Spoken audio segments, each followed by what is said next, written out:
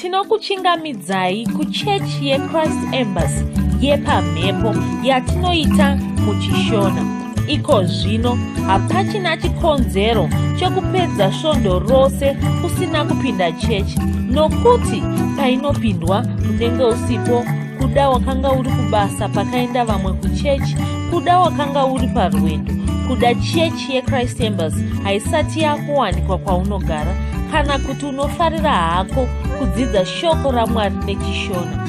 Ino ndiyo yave chechi yako. Chipinda tinamati.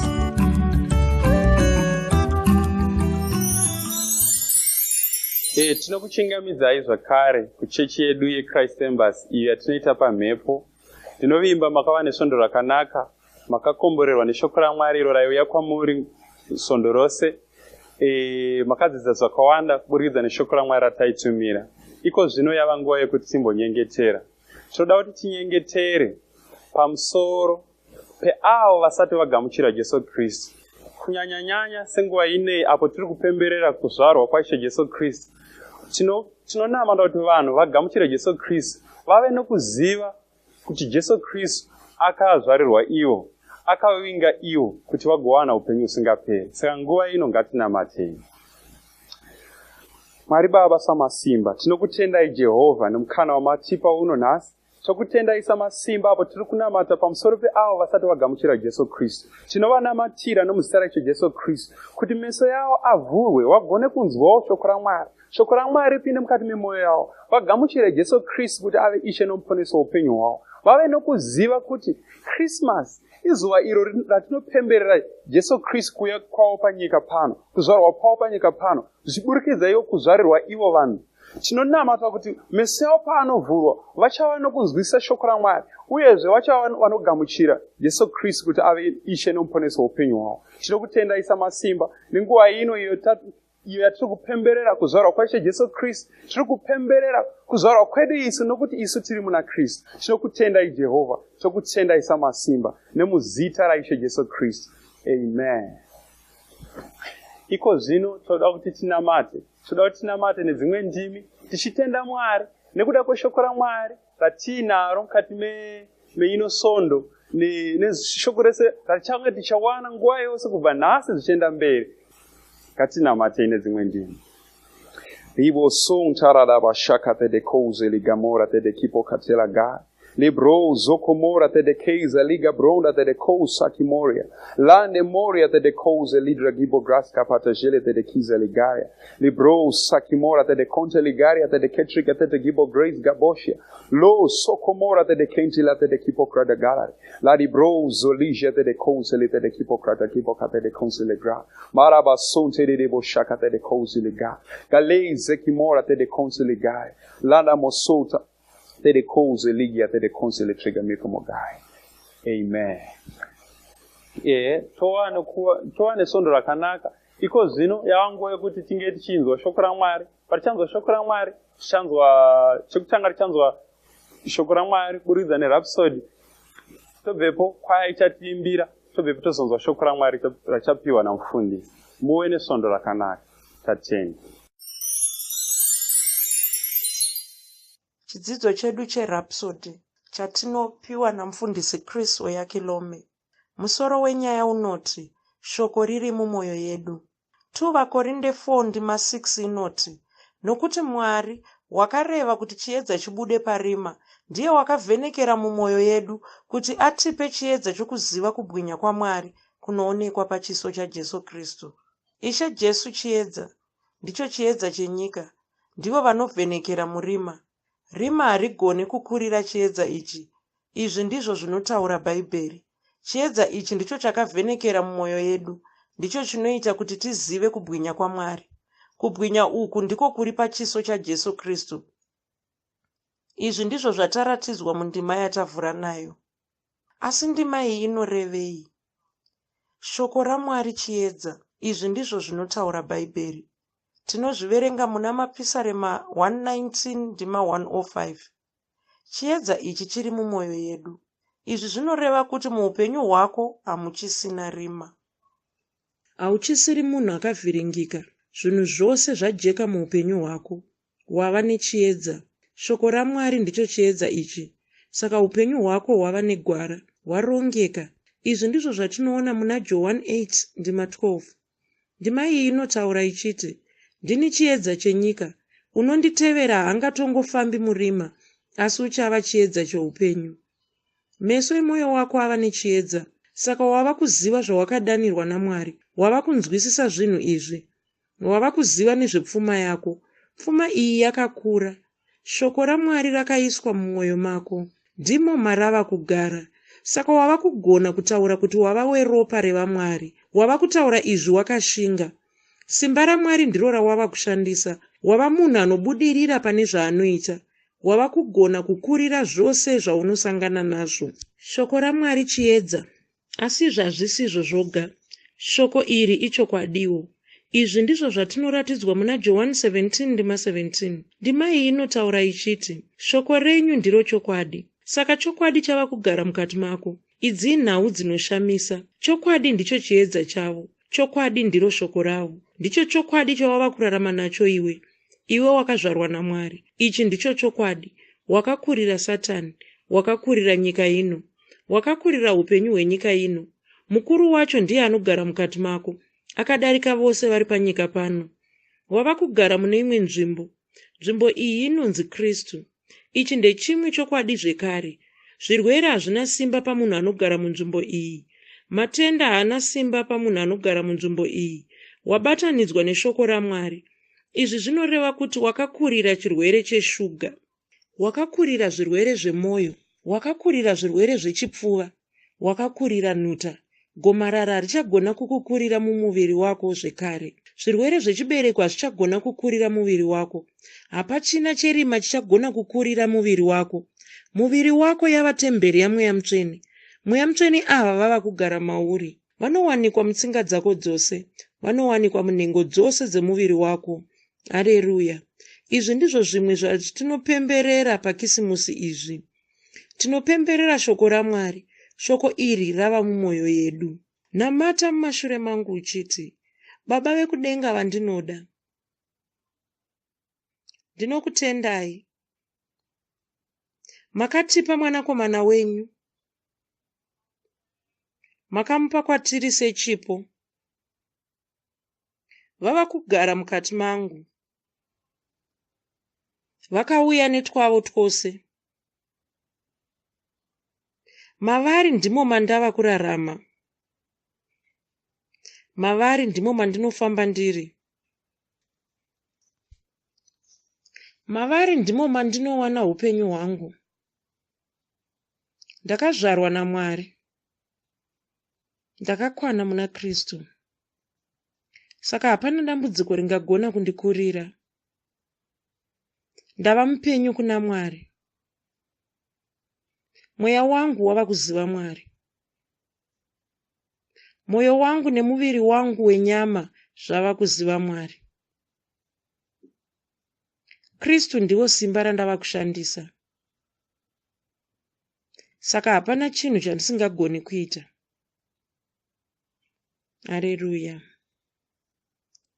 Dzimwe ndima dzinotsigira chidzidzo chanhasi ndedzinoti Mabasa 17 ndima 28 na 1 Vakorinde 6 ndima 17 na VaHebheru 13 ndima 5 kusvika 6.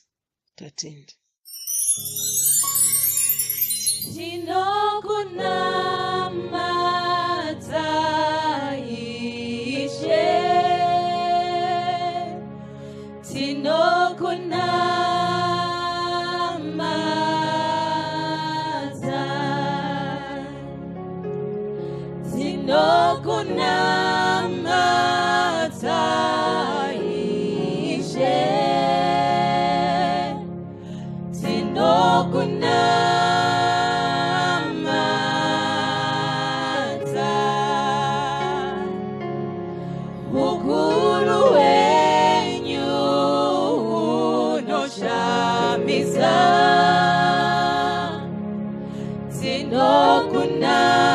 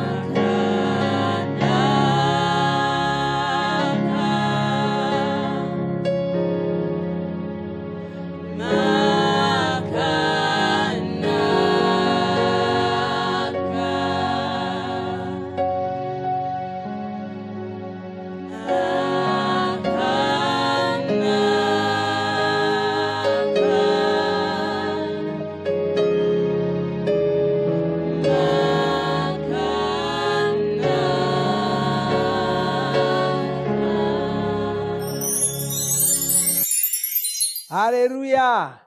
Tinosangana zvekare pamunamato wedu weChrist Embassy watinoita pamhepo muchishona. Chifara kuti tiri kukwanisa kusangana saizvozvi makorokoto tagona kusangana pamwe chete. Toda kutenda mufudzi wedu mutungamiriri mufudzi Kristo yakilome vanotipa mukana wekuti tisangane saizvozvi. Haleluya. Toda kuvatenda zvikuru nokuda kwedzidziso dzavanotitumira dzavanotipa neshoko ravanotidzidzisa. Munhu anokudzidzisa shoko raMwari haasi munhu mudiki, munhu mukuru chaizvo, munhu akakosha mukati muupenyu hwako, nokuti shoko raMwari ndo rinokubatsira muupenyu. Bhaibheri rinotaura pamusoro pevana vaIsraeri, ichitaura pamusoro penhamo yavakasangana nayo. Vasangana nenhamo kudaro, Bhaibheri rinoti kwanzi Mwari vakavatumira shoko ravo rikavaporesa. Shoko iri harina kungouya richifamba rega namakumbo, rakauya nevanhu, rakauya navaprofita, kureva kuti Mwari vakatuma vanhu kuvaIsraeri ava. Vanhu ivava ndo vakauya vakataura shoko raMwari kuvaIsraeri ava. Saka isuwo munguva yedu inoyi takatumirwawo vanhu. Mumwe munhu watakatumirwa ndiwo mufudzi Kristo yakilome. Vakatumwa kwatiri kuzotiudza shoko raMwari. Tanga tisingarizivi shoko irori kusvikira ivo vauya vakatiudza, kureva kuti ndo vakativigira shoko irori, ndo vakatumwa kwatiri neshoko irori. Saka shoko irori ndo rinotiporesa, ndo rinogadzirisa upenyu hwedu, ndo rinotibatsira, ndo rinotikundisa. Haleluya. Saka ndosaka tichivakudza zvikuru mukati muupenyu hwedu munhu wakatumwa kwatiri, uye haana kungotumwa koga, wakatumwa akabvuma kutumwa kwacho. Saka tinofara nokutenda Mwari pamusoro paizvozvi. Vamwe venyu Kuda manga musingazivi kuti munhu waMwari, muranda waMwari akakosha, nemhake muranda waMwari akakosha mukati meupenyu hwenyu, kuda matozvibata ipapapa. Ndo chikonzero munhu waMwari, muranda waMwari achinge akakosha mukati meupenyu hwedu. Haleluya. Makorokoto, tapinda mukisimusi. Haleluya. Tapinda mukisimusi, makorokoto, kune vanoverenga kukura kwavo vachishandisa kisimusi kuti ndadya kisimusi dzawanda, wakutodya imwe kisimusi. Makorokoto amene kuti makagadzirirawo chinyi pakisimusi ipapapo.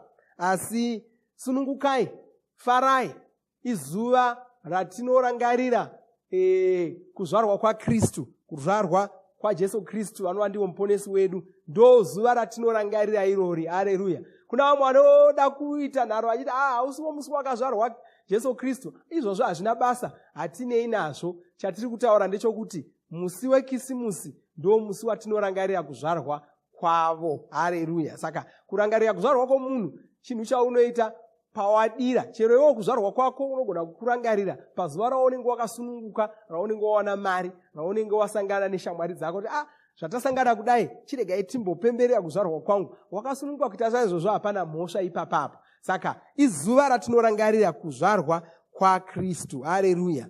Ndoda kuti tingotarira, tine chidzidzo chatakapiwa chekisimusi namufudzi Kristu. Ndochandoda kushandisa pazuva ranhasi tinzwisise pamusoro pekisimusi.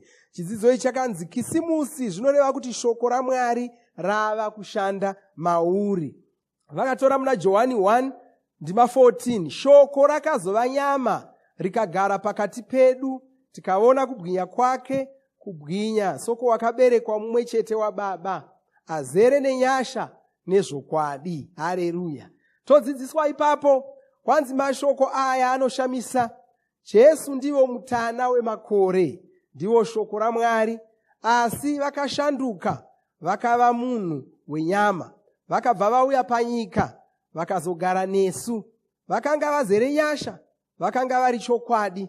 Izvi zvinofanira kunge zvakashamisa vanhu. Asi ndizvo zvinoreva kisimusi. Jesu ava vakanga vaine kubwinya. Vanhu vakaona kubwinya uku, vakanga vaine rukudzo, vakanga vari mambo. Izvi zvaitoonekwa pavari. Zvino shoko iri rakauyawo kwatiri. Haleluya.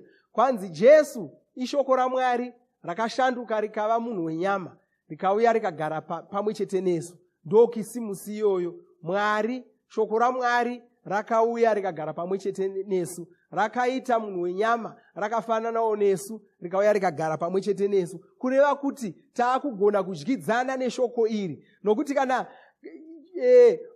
munhu anogona kungodyidzana nomumwe munhu chete chete. Haleluya. Munhu anogona kungodyidzana nomumwe munhu chete chete. Saka kana shoko raMwari rakashanduka rikava munhu, rikafanana nesu, rikauya kuti tigare naro, kureva kuti Mwari vanga vane shungu dzokuti tigone kudyidzana neshoko iri, tigone kufambidzana naro, tigone kutandadzana naro, tifambidzana naro muzvinhu zvoupenyu hwedu. Haleluya. Saka ndo zvakaita shoko iri. Kwai zvino shoko iri rakauyawo kwatiri. Harina kungouya kuvaJudha vemakore ekare, rakauyawo kwatiri, asi rava kugara mukati medu. Harichisiri kungogara nesu. Shoko iri ndiro riya rakagara riripo, rakavapo nyika isati yavapo. Iroro shoko iroro rava kugara matiri, harisi kungogara nesu, nokuti Jesu ava vava mumweya medu, vava mukati memwoyo yedu. Bhaibheri rinotaura richiti, tarira, mhandara aichava nemimba, ichazvara mwanakomana, vachamutumidza zita rinonzi Emanueri.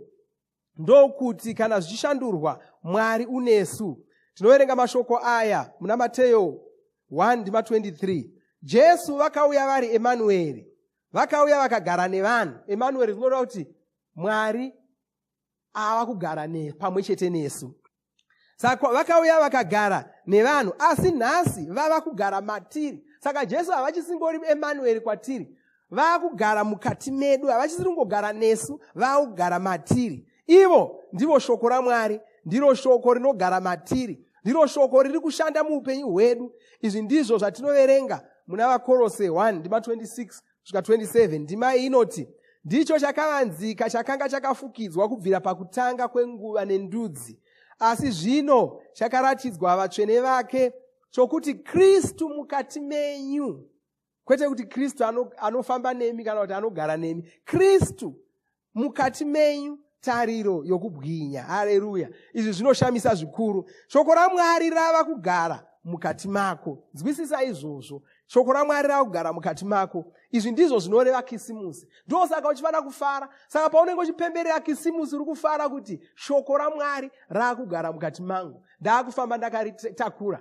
Kana rine zvarinoita, nokuti shoko raMwari rine simba rokuita zvinhu. Kana rine zvarinoita, rakuita riri mukati mangu. Kana rine kuporesa kwarinoita, rakuporesa riri mukati mangu. Ndochikonzero zvisisagoni kuti ndirware. Haleluya. Nokuti ndakufamba ndakatakura shoko raMwari. Zvino iwe wakazvarwa patsva, wakazvarwa kechipiri. Apa ndipo pawakazvarwa neshoko raMwari. Saka wafananawo naJesu.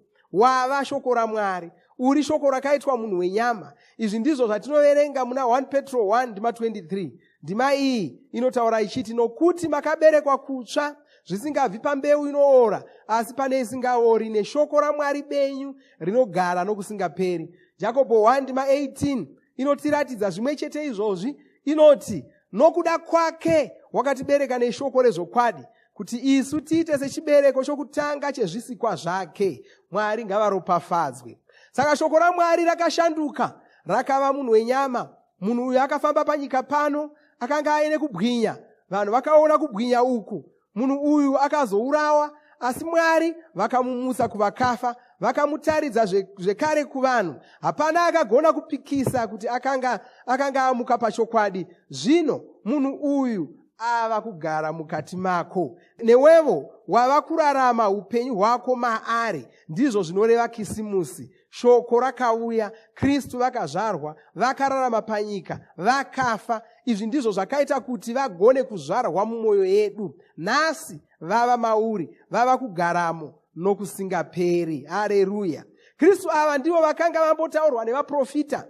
Vaprofita vakataura nezvekubwinya kwavo, vakataura nezvechiedza chavo. Ndivo vaiva chiedza chechokwadi. Chiedza ichi ndicho chinovhenekera munhu wose anouya panyika pano. Kristu Jesu ndivo chaivo vava mumwoyo medu. Ndivo vava kugara mumwoyo yedu nhasi. Saka nakirwa nekisimusi yako. Haleluya. Amen. Saka tine chikonzero chokufara.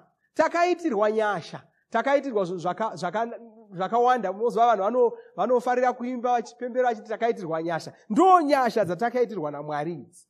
Zokuti taakugona kufamba takatakura shoko raMwari. Tava shoko raMwari. Taakufamba takatakura Jesu mumwoyo yedu, mukati muupenyu hwedu. Haleluya. Hatichatsvaki Mwari kuti Mwari vari kupiko. Haleluya. Hatichatsvaki kuti Mwari vari kupiko. Ndovaonera kupi. Handizvo zvataakuita iko zvino. Mwari taakufamba navo. Jesu taakufamba navo. Ndo pano mufaro wedu. Ndo chikonzero chipemberera kisimusi. Saka pazuva rekisimusi hausi kungopedza kisimusi yako uchingodya nyama chete chete nezvinonaka. Handizvo zvega. Kudya kwaunoita nyama inzira yako yaunofanira kunge uri kuita yokupemberera kuti ini ndinofara nokuti shoko raMwari raugara mandiri. Ini ndinofara nokuti Jesu Kristu vaugara mandiri. Ndo kisimusi yangu iyoyo. Saka zvipe nguva yokurangarira mashoko iwayaya pakisimusi ino. Haleluya. Zvipe nguva yokurangarira.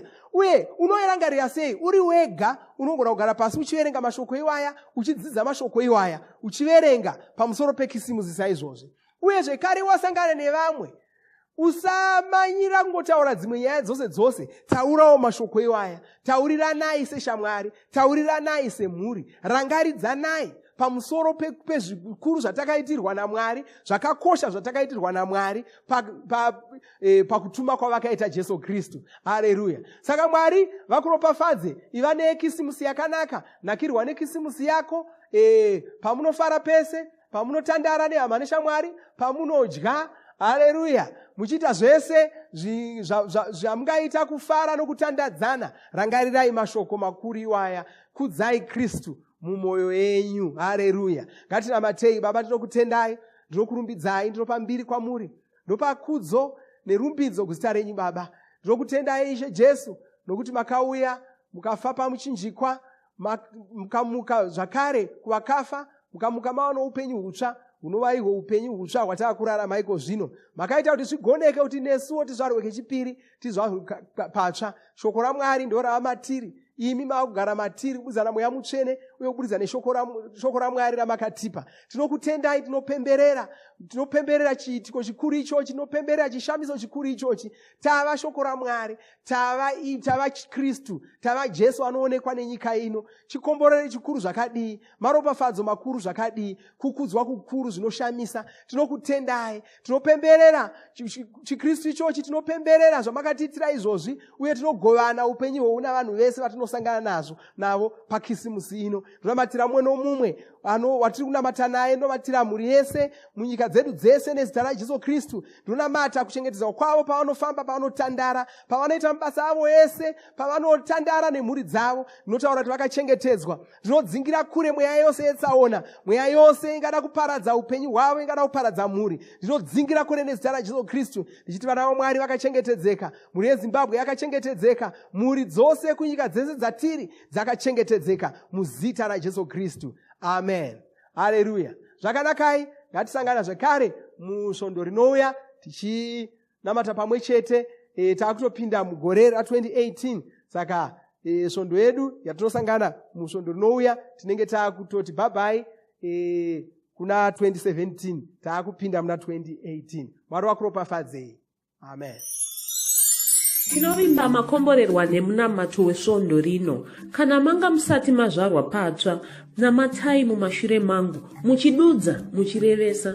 Taurai muchiti, Mwari vari kudenga, ndinouya kwamuri, ndinokoka Jesu kuti vapinde mumwoyo mangu. Ndinokumbira kuti Jesu vatonge upenyu hwangu. Ndinopupura kuti Jesu ndivo vavaishe wangu. Saka ndinogamuchira upenyu usingaperi mumweya mangu. Ndazvarwa patsva,